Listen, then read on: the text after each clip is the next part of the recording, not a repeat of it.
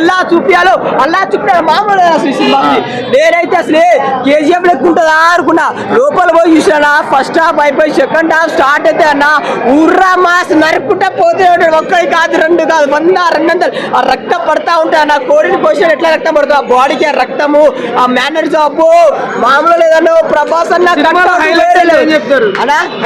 Highlights అంటే అన్న fighting scenes అన్న ఫ్రెష్ ఉన్నాయి, అన్న డైలాగ్స్ ఫ్రెష్ ఉన్నాయి, కామెడీ టైమింగ్ ఫ్రెష్ ఉన్నాయి. మామూలు లేదన్న అసలు అన్నని మాత్రం ఎలా చూపియాలో, ప్రభాస్ అన్నని ఎలా చూపియాలో ప్రశాంత్ నీల్ గారు అలా చూపి లోకరేత టోలన్న కొడుకులంటే ఈ సినిమా బిడ్డ రాసి పెట్టుకోండి బ్లాక్ బాస్టర్ హిట్ అంతే అన్న. ఇప్పుడు వదిన ఉందా సినిమాలో?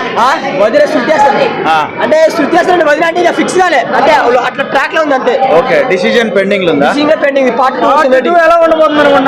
2 వేరే లెవెల్ అన్న. క్లైమాక్స్ కాడ ఆపేసిండు. క్లైమాక్స్ కాడ పార్ట్ 2 చాప్టర్ 2 ఎన్ని కోట్ల కలెక్షన్స్ వస్తాయి అనుకుంటున్నారు? ఒక్క రోజుకి 500 కోట్లు అంటే ఈ పక్క ఒక 2000 కోట్లు వస్తాయి పక్క అన్న. ఇప్పుడు మెంటల్ ఎక్కిపోయింది అంతే.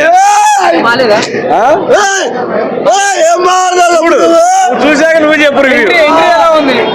ఏం మాటలేవు అన్న, మీరు చూడండి సినిమా అంతే. అదిరిపోయింది.